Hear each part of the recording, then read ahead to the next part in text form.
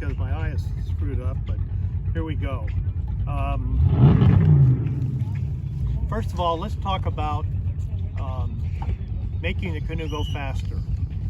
Okay, notwithstanding, steersmen that make the thing go all over the lake, but as far as paddling the canoe goes, is the crew. You should always be looking at what the crew is doing to make the canoe go faster when you want it to go faster. Okay, so I know we've been in the habit of the steersman calling out, okay, let's take 50 strokes a minute. Okay, let's take it up to 55 and stuff like that. I don't like to do that. I like to just ask the crew to go faster. Okay? Yeah. And I gave an example to Michelle when we were sitting here before you guys showed up, is when we christened the new canoe, the crew went out there, we paddled nice and slow over, and we dropped the flowers in the water, and then we turned and we headed back towards the beach, and I was really bored by that time. So I said very simply to the crew, I says, okay, let's see what this thing can do. Instantly, we went from 5 miles an hour up to almost 8 miles an hour. I mean, it was just like that. I didn't tell them to take it up to 60 strokes a minute or anything like that. I just told those people to make it go faster, and they did. So as a steersman, that's one of the things you have to know about the people in your canoe and stuff, is how to give them, tell them what you want them to do. How are you going to do that? Are you going to use Italian? I mean, excuse me, I'm half Italian. Are you going to use Hawaiian words? Are you going to use English words? Are you going to tell them how many strokes a minute you'd like? Or are you going to just ask them to make the canoe go faster? And then evaluate. So see what's going on, seeing if everybody's in sync, see if they're doing their strokes right, and so on and so forth. And paying some attention to how you're steering the canoe, because that's going to make a big difference on how fast the canoe is going. Try and keep it going straight. You'll find that keeping it going straight is easier when the canoe is moving faster. Okay? You should have to poke a lot with less force. Instead of a full paddle, you'd be using a half a paddle. Things like that, because you have more water going past the paddle. You're getting more bite the water with the paddle. So when you go out there on your steering classes, start doing some intuitive stuff for your crew. And when you're in your races, if you're in the back of the canoe, start seeing what makes the crew respond. And one of the other things you should do is make it a habit not to talk too much. Let the seat 3 or 4, whoever's doing the counting, do most of the talking.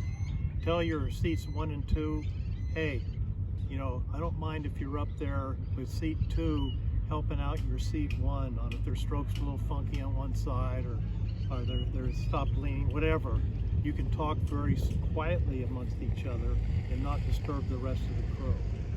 Okay? But as far as a bunch of talk in the middle of the canoe, not so good. Good question. Yeah. As a steers person, could I tell 5 and 4, or tell whoever I tell, to pass up, like Pass up. pass it up, pass what I'm saying up, like say, pick it up, pass that up, pick By it up. the time it gets up there, you've gone 100 yards.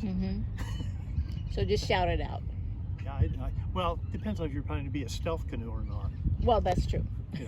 But the thing is, if you're in a race and you can pass somebody, but you have to speed up to do it, be quiet until the time comes to go fast, and yell it out. Let's move this thing, and get by them. Okay, they'll probably speed up themselves. You don't wear out before they do. But as far as passing goes, my thoughts are, and Ken, you can chime in on this one, is passing another canoe is interesting. Because if you're 100 yards behind a canoe and you see that you're closing on them, okay, it means that your average speed is higher than them. Theoretically, to pass them, you don't have to do anything other than steer and keep paddling. But when you start to pass them, 90% of the time, they're going to start to go faster. But you're not. You don't need to. What you need to do is keep that average speed up, let them wear themselves out trying to keep up with you, and then you'll pass them. Okay? I agree. agree. Does that make sense? I also 100% to me. read a nice little trick, and I can't remember where I read it. A coach posted it somewhere in the world, but he said, coming up behind a canoe, if you can pass on the right when you know you're passing them, lots of times that steers person's not expecting you to show up there. They're Oh, looking this way. On the right, on the right, Yeah, pass them on their because right they're always side. looking over here. Yeah, Yeah, that's a A strategy that might work. tactic, yeah. But the other thing that's really happens a lot when somebody passes you, at least on the river, and it happens, we have movies of it happening in the ocean, is they'll pass you on the left and then they'll turn in front of you. And they're not doing a sharp turn in front of you, but they have a habit of doing this and then coming over. And sometimes I've wondered if that's on purpose or if it's just dumb. Nope, it's on purpose. It's on Yeah, purpose. if they're doing it on purpose, And, but they put themselves in jeopardy. Yeah. Because guys Sometimes like it's me dumb. don't like that to happen, and I will bump the back of their canoe. and I think that's why this one coach was saying pass on the right, because they don't expect Yeah. you being on the right. Yeah, that makes some sense. Yeah. If you're going quick enough where you can get up there and they don't see you Right. go that way. Yeah. But the other thing is you all know on this thing on, we have a thing on water flow and drag and things like that. But the faster the canoe goes, the higher the drag coefficient. Okay. Can you say that one more time? The faster the canoe goes, the higher the drag coefficient. Okay, so basically, the faster you make the canoe go, the harder it is to get faster. You need more energy to go from 5 to 6 than from 4 to 5. Okay, so you're just getting more. What do you call that? Induced drag. Yep. Okay, and so this thing of speeding up to get around somebody, if you don't have to, is just using a lot of energy. Okay, so you can use less energy by being wily than you can trying to show off and see how fast you can get by them. And the other thing is if you have to bump another canoe, you're not supposed to do that, I guess. But boy, it happens a lot. So, and I think we have a movie I took of me pushing another canoe off. Yes. And Yes. They were going to hit me. So I Yeah. just put my hand over there and pushed them over a little. It was so nonchalant too. And Billy was in the turnboat, and he goes, as I went by him, Really? because he liked what I did. What I did, I prevented a collision. Correct. Okay. So you have to be aware of what's going around you.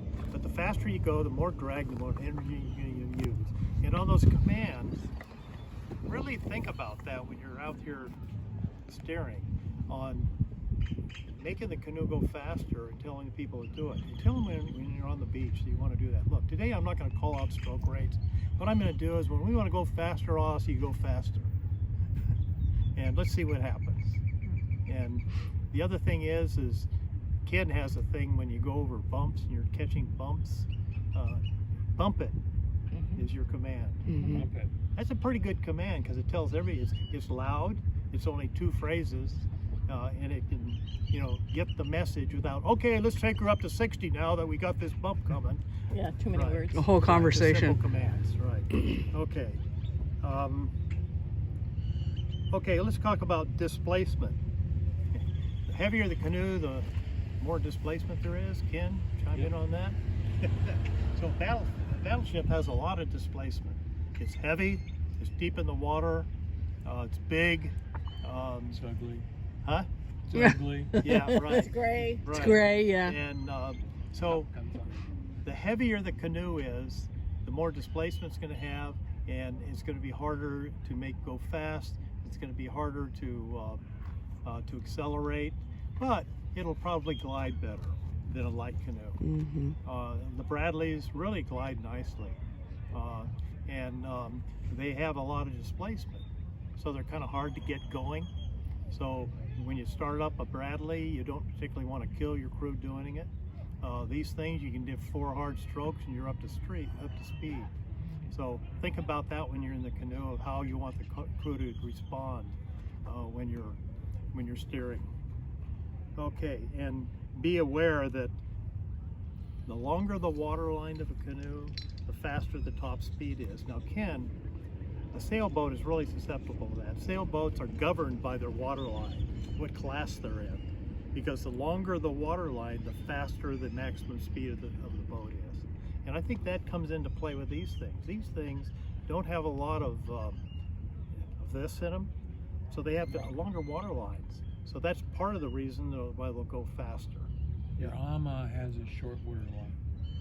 The Yeah. wave from your AMA is what controls your speed. Ah, okay. So you want your AMA flat? Or You want as your flat as you AMA can as go? light as you can get it, Right. and right now we're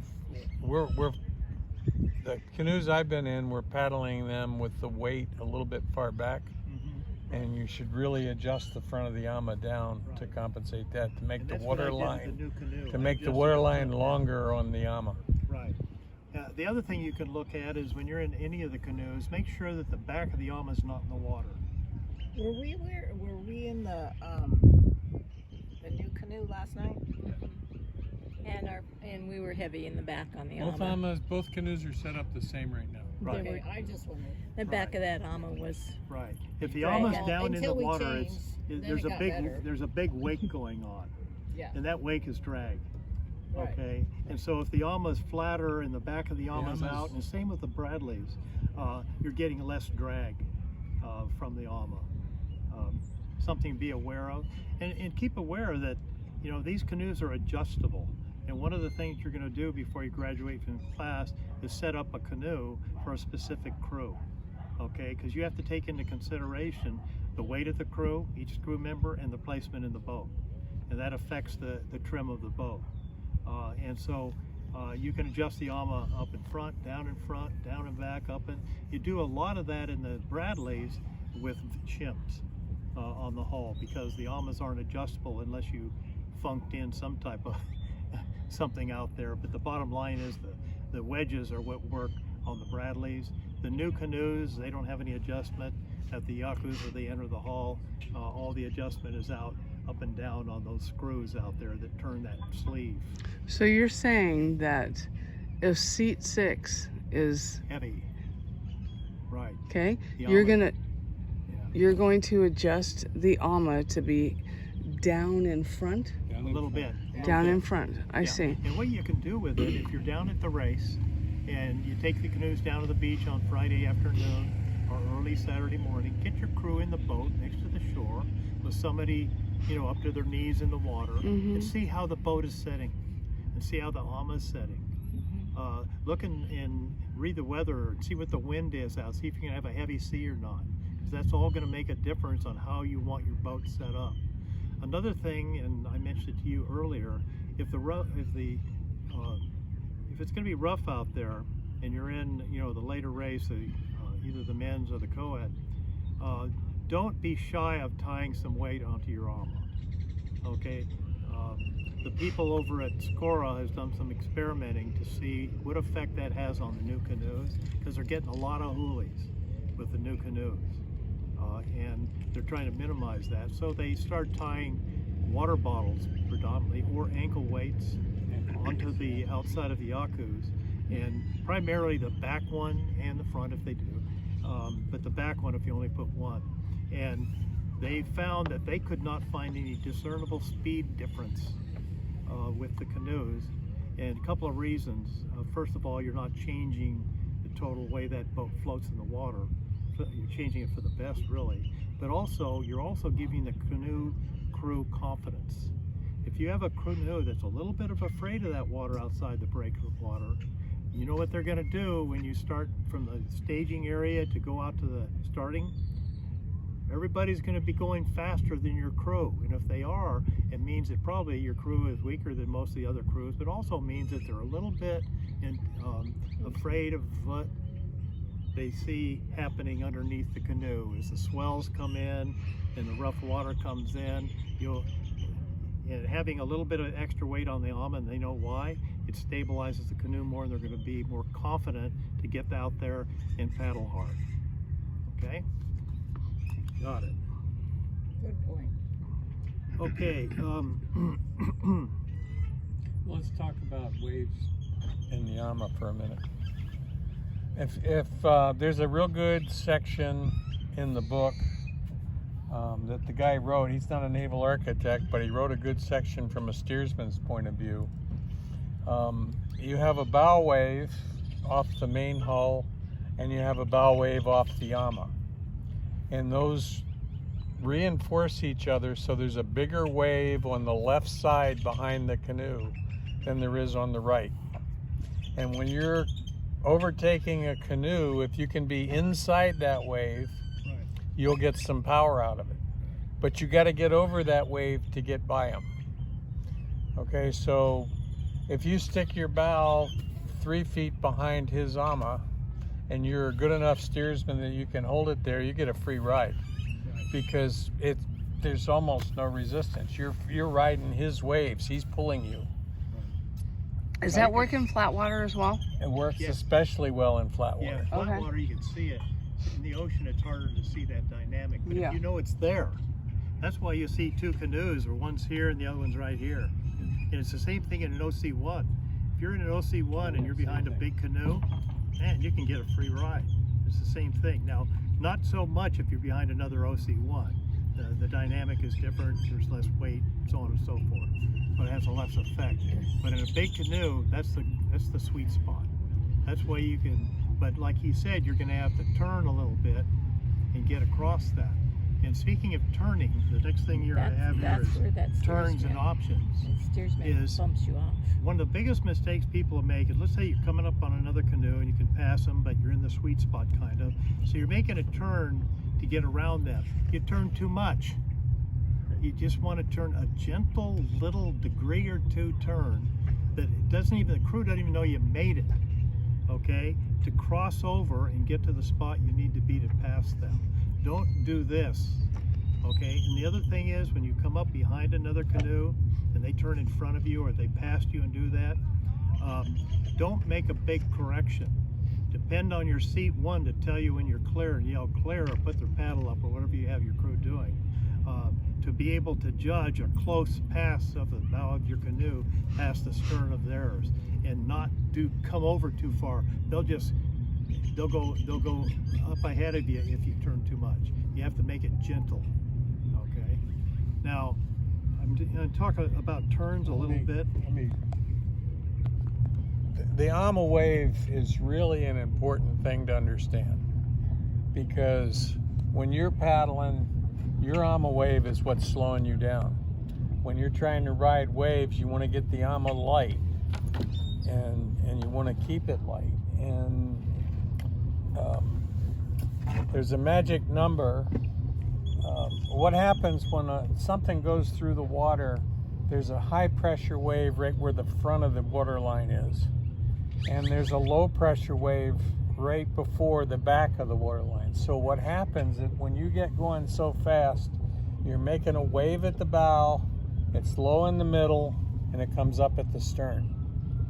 So that is the maximum you can push that boat before you start making a whole lot of wave making drag. And that number is 1.4 times the square root of the waterline length. Okay, I should have known that. What water- the what? Man, come on. Well, what you need to know is how long is your Ama. Your Ama is 12 feet long. The square root of 12 is about 3.5. So at 3.5 knots or miles per hour, your Ama is making the biggest wave it's going to make, and it just makes a steeper wave when you go faster than that. So all the time your Ama is making a big wave that's slowing the canoe down. You can use that to get past the canoe. You can minimize it by making the Ama lighter, and you can minimize it by making the water line on the Ama longer, which is what we were talking about before. Right now we're carrying the first 5 feet of the Ama out of the water, and that means it's not a 12-foot water line, it's a 7-foot water line. So that wave is shorter. So to get the Ama drag down, you got to get the front of the Ama down to get the whole Ama to give you a water line.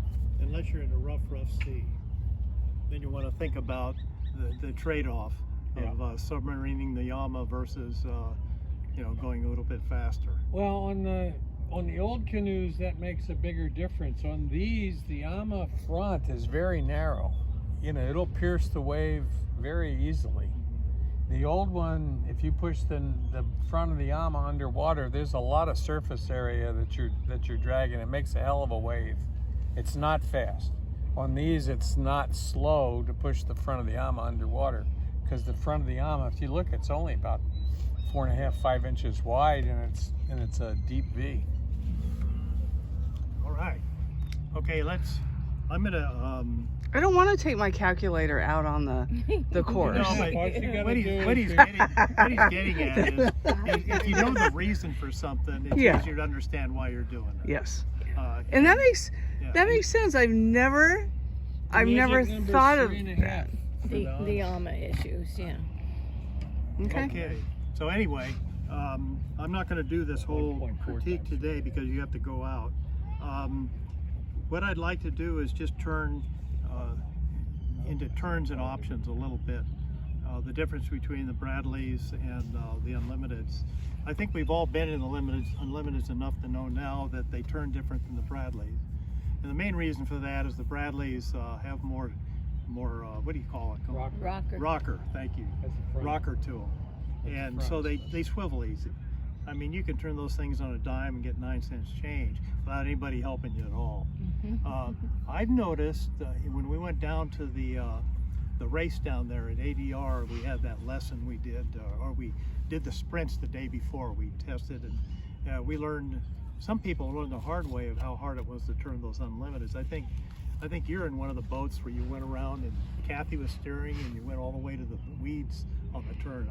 I forget who was in one, but it was kind of funny. We were watching from the beach and they disappeared, because trying to make that thing turn. Well, the Tahitians have it down pat. They use the front seat, sometimes seats 1 and 2. And one of the ways they do it is they almost bring the canoe to a stop at the turn and they just swivel it. Where 1 and 2 are swiveling that canoe, and so are 4 and 5 and 6. And they just swivel the turn and they start back up again because they're really fast, hard, young, strong crews, and they can do those things and not wear themselves down. I think the best way to get this thing around a buoy or something is to very simply take your turn wide coming into it, get your turn going before you get to the buoy where you're at about a 30-degree angle to the buoy. That way when you get to the buoy, you already got half your turn done. And then the hard part comes where the canoe starts slowing down, where your crews start to struggle to get that last % of turn done. So you have to be aware that you can't just jerk it around once you get past the buoy. You're going to be going a lot slower, and you're going to have to use your front people to help you get around. Yes. So seats 3 and 4 going around a buoy in this boat, should they be on the left or the right? Which I is like more them on the beneficial? left, but I'm not sure exactly how much difference that makes because I look at the dynamics of the AMA. When you get all your crew over on the left, what's the AMA doing? Sinking. It's Yeah. heavy in the water. Yeah. Because they're all leaning. And to me, that makes the turn harder to do. Mm-hmm. And so your crew should really be trained as if they are on the left or wherever they are, to keep centered in the canoe and not bury the AMA when you try to go around something.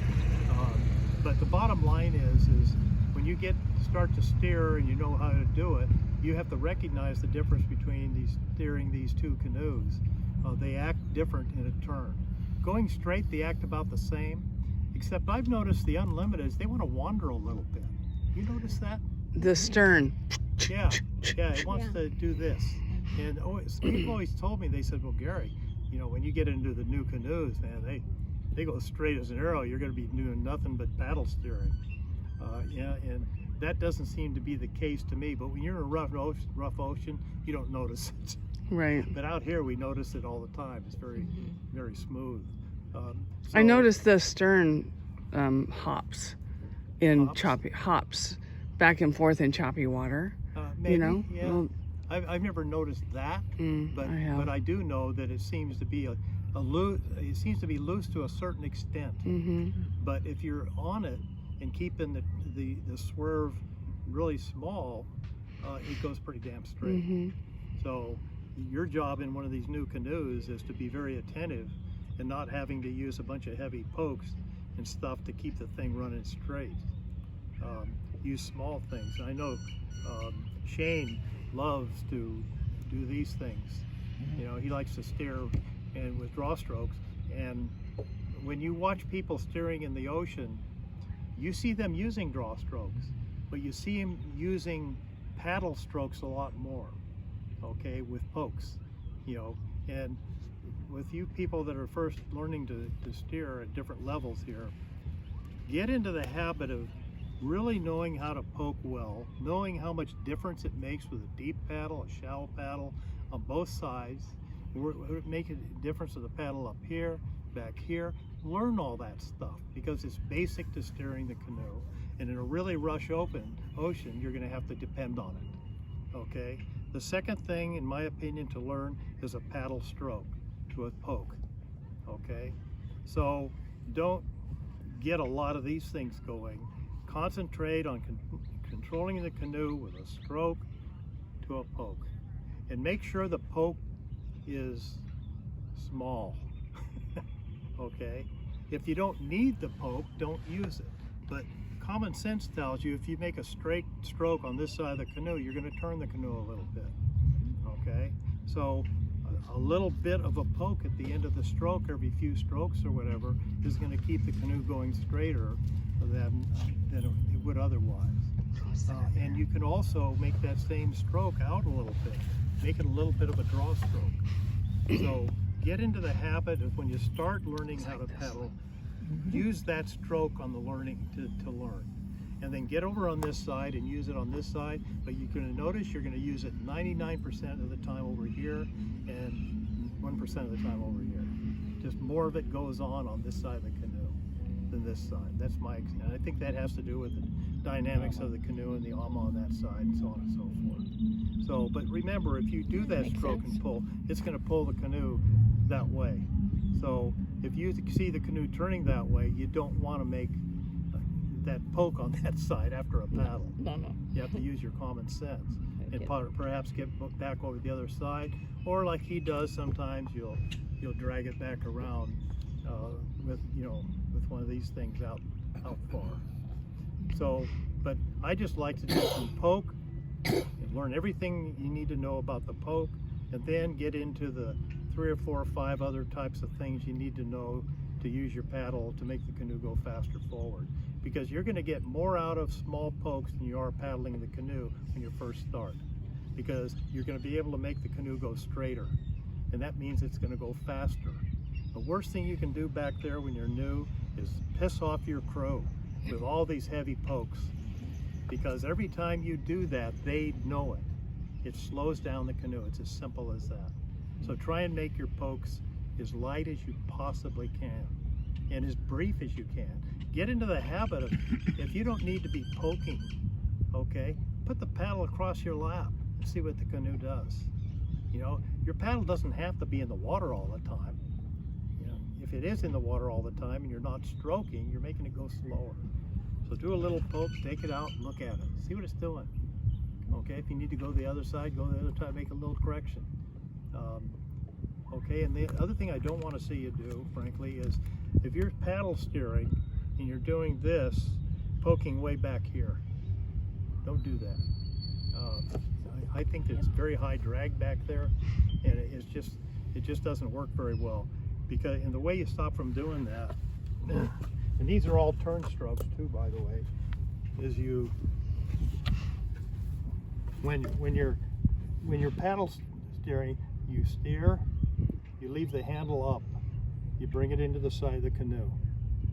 Okay, stroke, still up. It's right here. So you're on mid side. Yeah, right. You don't right do around here. this. Okay. Okay. Because if you look back there, you know, you're talking about wakes being dragged and stuff. Guess what your paddle's doing back there? You look back and you're leaving a big wake with your paddle. Okay, so you can bring it over, leave it up, bring it in to the side of the canoe, and then you can adjust it where needed. The best way to do it is do it, and try and do it to the way the boat, they're paddling. You don't want your canoe feeling you doing this back there. Okay, so to me, those are really fine-tuned things that you need to learn, and learn quick, because it's time to learn that. If your canoe is getting ashore and they're talking about you and they're saying, you know, That sucked. they did pretty good. They did pretty good today. God, you feel how slow we're going? And did you see the front of the canoe? I mean, God, I didn't know where we were going. I didn't know if we were going to the dam or the river. So try and make the canoe go as straight as you can, no matter what you do, because that's basic to the game. So every time you make a turn, you're creating drag. The canoe's going slower. You're also going further distance. So instead of going a mile to the first turn, you'll be going 1 mile and 200 yards just because of this. So just really concentrate on making the canoe go as straight as you possibly can. If you get off course, don't yank it back on the course. Ease it back on the course. That way you're not slowing down getting back on course. And then now at the stage you're in, throw in a paddle steer every once in a while. Or with you, throw in a draw stroke. But like I'm saying, if you need a big fat draw stroke to get back on course, it means you were too far off course to begin with. But you see them using it in the ocean. The ocean throws you around. Yeah. Think this throws you around? Nope. If you're that far off your course out here, it means that you forgot what you're doing for a while. And Cal down at, where's Cal at? He was at Marina. Yeah. I went out there learning to steer one time, and Cal made the comment, there was like 5 or 6 canoes. You know, they're always got a lot of canoes going on. He says, if anybody hits another canoe, that means you've lost control. And here we are all, you know, like inches apart, you know, and he's basically saying if you touch somebody, that means you are out of control. So steer the canoe like you're not out of control. Steer it straight, and then your canoe people, your crew will be here at shore saying, man, we went really straight today, man. Canoe is flying. And that's what you want to hear them say. So anyway, huh? Yeah. If you're in that spot with inches on each side, are you doing much paddling? Or is No, this you know, it just, I depends mean, on you're your just skill level. precision watching with some light pokes? Yeah, you're actually, when you're that close to other canoes, they're actually making you go straight. If they're going straight. You know, you got pressure waves on both sides of you, man. You're tucked right in there. It's kind of nice. But, you know, it freaks out people. When you're out practicing with a crew, when you're a new steersman or any steersman, go near, my favorite thing is right here when they used to have the point here before they dredged it out. Mm-hmm. On purpose, I'd come up the channel. I wouldn't say anything, but I'd aim for that point, man. And because I knew the water was going to be this deep at the point. Mm-hmm. And I would just, you know, I was steering right in there. And what I wanted my people to do is recognize we were in shallow water and get their paddles on the right side, on the left side of the canoe. And, you know, that's the way you teach your crew that the things they need to do in a race. So do that stuff. Even if you're new at it out there, when you're out there and you're at a recreational paddle, do stuff to your crew to make them learn something. You know, so that's part of the game. Anyway, I've said enough today. Thank you for your attention. Thank you. Can you speak to our water exercise today? Oh yes, yeah. Today, I wish I could go out. I know. Okay, if there's a bunch of jet skis, you've probably been with me when I'm out and I go over to the Body Beach area and I'm going with these buoys between the AMA. I don't do that just for the hell of it. I do it to learn how to pick people up out of the water. Because I steered a few races where we were 9-man races and I had to go out and get people out of the water. And in a rough ocean, it's quite a trial.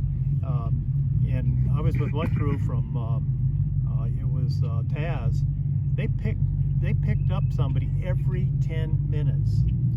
Okay, I mean, God, you didn't have time to settle in your seat, and you're already lining up on some heads in the water.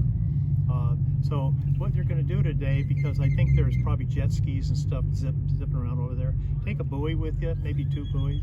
We have 4 buoys. Ooh, 4 buoys. Nah, Four? just get crazy with 2. Okay, crazy with 2. And what she'll do is she'll drop a couple in the water through a couple of feet apart, and you'll paddle away and paddle maybe 300 or 400 yards, turn, and then what you do is you want to line up with what the race direction would be, whatever that is. Okay, because when you pick up people, you don't want to be picking them up sideways and whatever.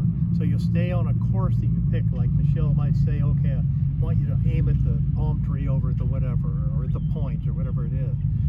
And then what you do is paddle back, have your crew full speed, paddle back, and then you have these little heads in the water. And what I want you to do is to take the canoe with the heads in the water about this far from the canoe, these little buoys, then their heads in the water. And just practice lining up and being able to steer the canoe to that spot where you're picking up your crew. And then what you can do is you don't need to paddle fast past them, because you're going to be jumping people out and stuff like that when you do that. But this exercise is just very simply to get more precision in your steering. Okay, so just line up with the course, line up with the heads, come to almost to a stop, and then go on your way. Do it again, trade off steersman, and just learn how to get finesse in your steering. And it's too bad we can't use Body Beach, because there's about 10 buoys over there. You can make turns. You can do all kinds of We'll stuff. go over there and see. See if there's anybody there. Yeah, I if don't there's hear not. any. Huh? I don't hear anybody. I don't Yeah, hear I anybody didn't either. That would be Yeah. great if there Yeah, wasn't. if you can do that, do it over there. If you can't, you can come in the base, like over here, where this side of the point. So I was thinking that, around Spectators Point, where The that big bay little, on the other side of the island. yeah, where all those Yeah. new homes are. Yes. Hooley Beach. Huh? Hooley Beach. Yeah. I don't know okay. where that is. That's where we practice the hoolies. Yeah, it's Oh really- yes, you're right. Hooley Beach So and has we a new have- name. We have Lost Shoe Beach, Lost Keys Beach. We have Right. Lonnie's Beach. Right. And Yeah. just plain old lost. We And have that was we Jackie's. have Slosh and Salt, and what is it? We have that beach. Slosh That and beach, yeah, that's the famous one. you said about the Yeah, Floss. Flesh and Floss. yeah, right. Flesh and Floss is Flesh and spring Floss. break. Right. So anyway, without getting too much, Lee, do you have something? Are you okay? I'm good. Okay. I do. I have a question. When we're going to do the pickup as a steers person, are you paddling and then poking to keep yourself straight so you can get in there? You are doing anything you can not to run over your swimmers. Well, that's true. And And have it pass under the Akrus. Yeah. Yeah. Yeah, you yeah. want the buoys. Yeah, where you don't want them. If you can, you would like to line up your swimmers a little ways from your hull, because that way they stretch out and they can get that kick and get in. And remember, when you go to those buoys, you're going to have 1 to 3 people leaping out the other side, too. But today, what you're just going to be doing is seeing how straight you can, how much finesse you can steer that canoe to get those 2 buoys in between the Yama. And by the way, if you're steering the race and they're a little bit crooked to you, you're going to have to turn and line up. And you don't want to have to do those turns to line them up like 50 feet out. No. You want the swimmers in the water to be comfortable. That canoe is going to put itself where they need to be able to get in their seats. My next question is, because you have 2 or 3 heads in the water on your left side coming in, you're going towards them, should you have 1, 3, and 5 on the left? So they have the least amount of Yeah. paddlers that you need to worry about hitting Yeah, them what in the head. happens is it's just kind of a given that when you're picking up people, your paddlers in the boat are putting their paddles in a spot where they're not going to hit the people. Mm-hmm. And if you're with a crew out there doing a 9-man, I would hope that your crew has done it before, and that's why we're doing this. Mm-hmm. But you need to find that out. You need to tell your people, be really careful. The swimmers in the water with your paddle, get on the other side if you have to, and then when you're past the person, you can get back on your side. The same thing if it's an obstacle. Yeah, you don't want to get anybody hurt. And sometimes your swimmers are in the water like One time out there, I was out there for like 15 minutes because a big wind came up, and the person driving the pickup boat, she didn't know how to do it, and she couldn't place the boat, the big, the motorboat, in a spot where we could get on it. Mm-hmm. And it was awful. You're out there with a life jacket. The water's cold. There's big guys with white suits on swimming around. Yeah. What happens if you miss? You're going along and miss you your gotta, swimmers? you gotta Yeah, come back you know around? something? I don't know. I've never missed. If you miss a swimmer, The canoe's paddling with 5 until you come around with another person to drop off for him. Yeah. But the base boat's got to pick up the swimmer. Yeah. So Right. Big delay. I've never seen anybody out there. It probably happens, but I've never seen anybody not, Happens in the big not oceans. pick up a swimmer, or can't pick up a swimmer because they're too tired or can't get in the boat. Then they have the patrol boat. The boat come over and drop somebody else in the water or something, get them aboard. So, but it takes finesse paddling, and the ocean's never smooth. It's always bouncing you around and so on and so forth. But you don't want to be coming up on the swimmer's full speed. If you're a real experienced, strong, whatever, you can come in full speed. But you got to think about the age, the abilities, and everything of the people in the boat and the people in the water, and act accordingly. Make it the safest way you can do it. So today you'll probably be lining up, coming in on them, and slowing the canoe down, and you can even say paddles up. But the thing is, you say it too soon, you're going to lose steerage. And so you want the paddles up would be when they're starting to go over the front yoke. Okay, or under it. What boat do you want us to take? Either one. Huh? Either one. Yeah, it doesn't. I mean, heavier. it doesn't matter. Okay. Yeah, whatever you guys want to take. They're harder to turn, the big ones, to turn around and come back. The Bradleys would be easier to maneuver. And there's a lot more room for the buoys, but there's only 2. Let's talk for a minute about steering progress. everybody went out for the first time to try to steer, and everybody oversteered. Guaranteed. Are you talking about when they steer by themselves? Or I'm talking about steering the canoe. The Just first time I in practiced, general? First time they practiced steering, they it oversteered. was fun Sure. to watch.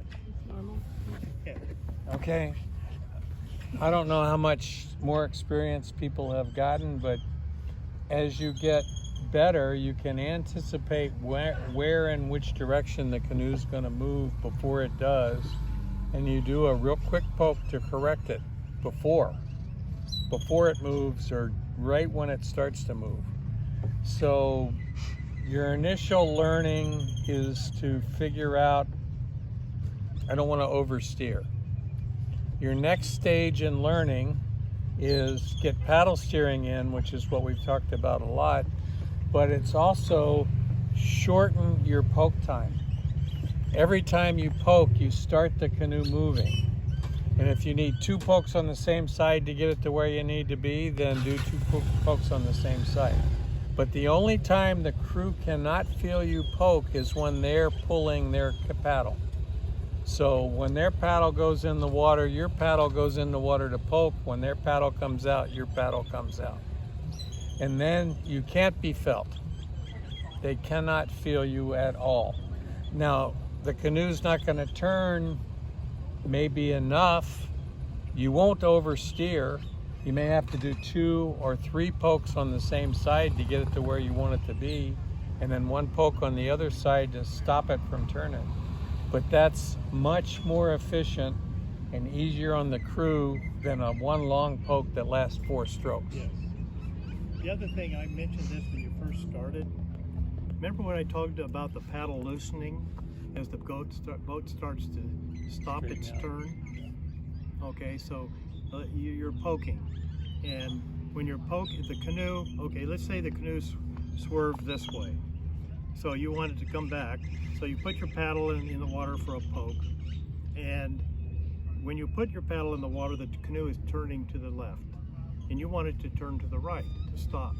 Okay, so you put your paddle in the water, and then you feel the paddle. okay? Because the instant that the canoe stops turning, the paddle will loosen in the water, and if your grip is nice and easy, it'll slide right out of the water this way, okay? Because there's no more pressure on the paddle from the turn, stopping the turn, okay? So you know that the canoe has stopped turning and it's on its way back the other direction. The reason people oversteer is because they like Ken said, they leave the paddle too long in the water. They're trying to stop this turn. It stops, it starts back the other way, and their paddle's still in the water. So it's gaining momentum in a turn the opposite direction because their paddle is still in the same place it was to stop the turn. The turn was stopped, okay? So feel your blade. And when you stick that blade in the water, when it loosens, you know the canoe is on its way back, and you can take the paddle out of the water, unless you want to do something, you need to turn fast or whatever. This is getting back on course, okay? And take the paddle over into your lap or something on the other side and get ready to stop the turn where you want it to stop, which you're going to be stopping the turn a little bit before the bow is aimed at the spot that you want to be going to, because a little bit of delay there for it to stop. And you'll feel your paddle loosen again. When that turn is stopped, you're going straight. You can put the paddle in the water and nobody even know it's in the water because there's no pressure against it, okay? So I don't know if you can think through all this when you're out there, but give it a try. Try that experiment so you know what happens when a canoe is stopped turning, and when it is turning, the paddle feels different in the water, okay? All right. And you wanted me to talk about waves. We haven't done that at all yet. Maybe, yeah, but they need to get on the water. Yeah, I know. It's getting late. We're dividing this section into 2 sessions. We'll do another one. And I'm really sorry that I haven't been here to participate with you. It's been no fun, but the bottom line is I'm getting better and I'm going to be out there harassing you. And one thing I'd like to do is, before this whole thing is over, I want to go out with you guys. I want to go out with the racing crews. I want to steer for them. I want to see how they're doing. I'm really curious to see, you know, how you're coming along and stuff, and because I get really good reports from Michelle, and I think we're really lucky to have all of you. I can't wait to see you steer out there. Yeah. Those guys stick together, man. So do us girls. All right. That's right. All It's right. girl power. Oh, overpoking. Girl foul. You didn't. What?